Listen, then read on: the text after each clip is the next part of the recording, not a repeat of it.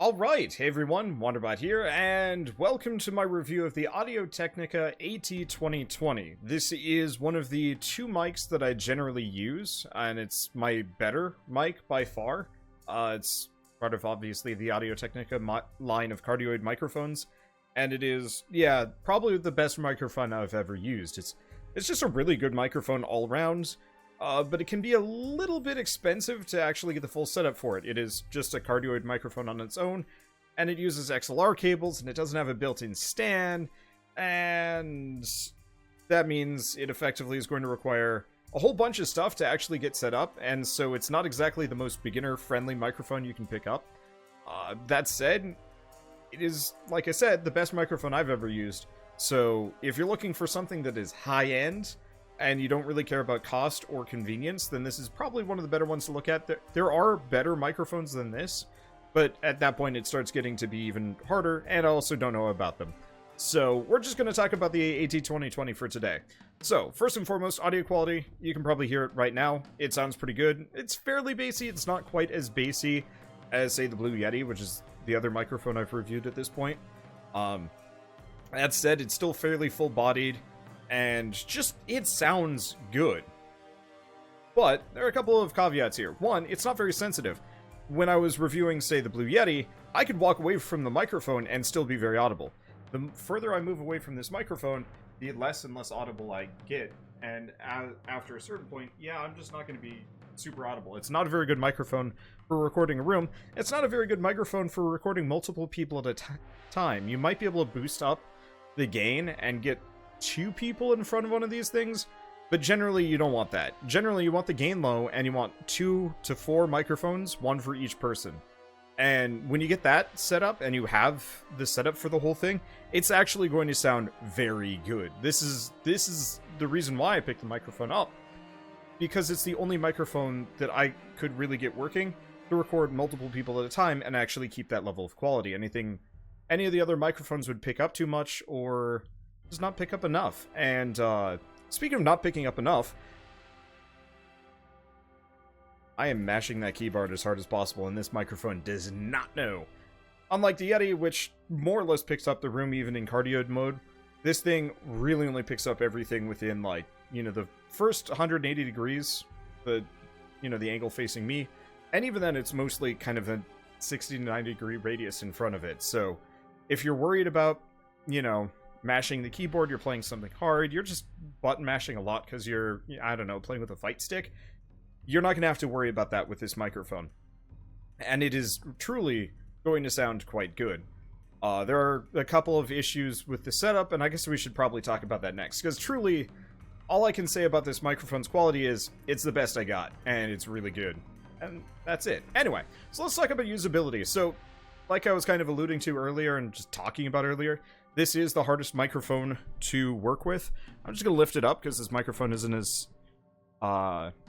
sensitive. But if you notice, I've got a weird thing around the microphone itself. That's a shock mount that prevents impacts from, you know, registering on the microphone, so it doesn't sound as bad. There's an XLR cable coming out of the bottom. There's a stand attached to the shock mount. And the XLR cable is going to a Euphoria UMC 404 HD, which is an audio interface, which is like a mixer, but less fully featured, but lower profile, easier to work with, and cheaper. And you're going to need all of those things, plus some programs on the back end. I use, oh, right. I also forgot to mention, the fuzzy around the outside is a pop filter, because if I'm talking into the microphone, it makes poofing noises. So if I go like this, pop, pop, pop, you can probably hear that. It sounds awful, I really apologize for putting you through that. It's the easiest way I can explain why you need a pop filter. I have one, Shell has two. This microphone is a little bit pop unfriendly because you do have to speak into it. You don't have to be in front of the microphone. I'm speaking over it and it's picking me up well enough. But if you are going to be using one of these things, you're going to want at least one pop filter and possibly two. There's circular ones that can go in front of the microphone as well, using like a flexible arm. And those work a little bit better than these fuzzy sock top things. It's actually just foam. But that's an extra layer of something in your face, and I don't like that as much. So I just go with the fuzzy top, and there's a little bit of puh that gets, you know, included. Let's see. But all of that stuff is what is required to get this microphone running. Oh, right, I was going to talk about the program I connect it all to. I use Voicemeeter Banana specifically, and that is an absolutely lovely program for handling multiple audio inputs at once and splitting them into multiple channels, so I can have Shell and myself on the same line and properly balanced in a bunch of other things. But once you get the microphone set up, it works perfectly. You can't move it. You can't go anywhere with it. I can pick this microphone and move it around the room, but trying to, say, bring this into a hotel as part of a cross-country road trip where I get a little bit of recording done just doesn't work that way. There are better alternatives. This is a permanent fixture kind of microphone, and that's it. So there's no portability. I'm not even going to talk about that section. I will say one last thing as far as usability and audio quality goes, is this microphone does not pick up errant noises, so if you have to worry about loud roommates, noises outside, construction, buzzes, beeps, keyboard noises. I mean, I showed that off earlier. You will not have to worry about that with this microphone. Unless something's terribly wrong, I don't know. But that's part of the reason why I picked this up, so I wouldn't have to worry about that, and it works like a dream. So, let's talk about cost. So, this microphone is not for low-budget people. This microphone itself is 120 bucks. I've picked it up for 90 on sale, but those sales are few and far between, and that's just the microphone. The foam thing on top I think was $6.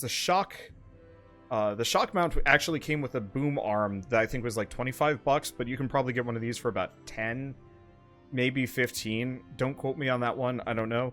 The stand was 15 bucks. The cable came with, I think, the audio interface. The audio interface was 80 bucks. And I've gotten cheaper audio interfaces, like 40 bucks.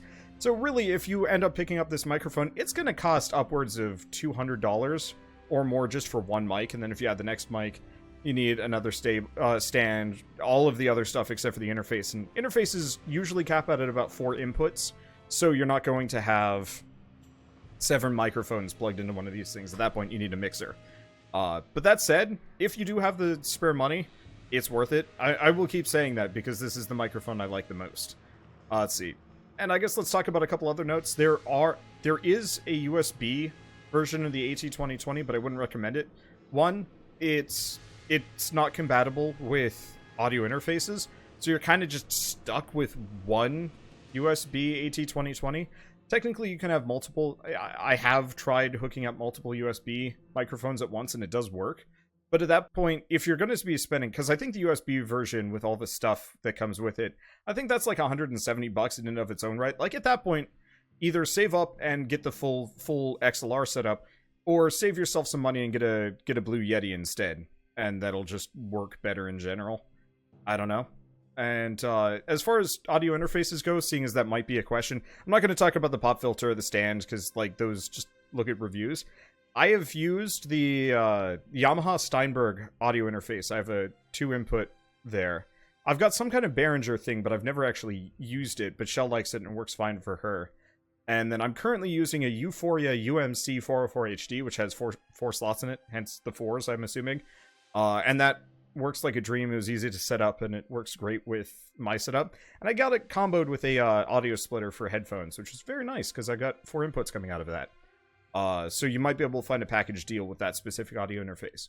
There's also the Focusrite Scarlett, which might be okay, but I remember when I picked that up 3 years ago at this point, it blue screened my computer like almost every half hour, so I had to send the thing back. It probably doesn't do that anymore, but cautionary tale, just in case it does. I don't know. I can only speak from experience, so I'm sure it's probably good, but those are just some names to look at if you're looking for an audio interface to go with this microphone. And that's pretty much it. There's honestly not much to talk about apart from, like, this is my favorite, and you've been hearing it this entire time. So, if you do want to compare this with any other microphone that I currently got, just go check out their other videos. I've got a couple more on the Antlion mod mics, and a video on the Audio-Technica BPH-S1. I gotta get the letters down correctly, otherwise you're gonna Google the wrong thing. So I'm gonna be comparing all of those, or reviewing all those videos, and you can compare just by checking them out, so keep an eye out for those. But I guess for the time being, I've got this and the Yeti one out at that point. So yeah, if you do want to see which is right for you, that's it. And if there are any other microphones you'd like me to check out or at least give an opinion on, let me know in the comments below, because I can at least kind of figure out what it sounds like and maybe advise. But I'm just working with what I'm experienced with. And I guess with that, thanks for watching, and I hope this helped in some way.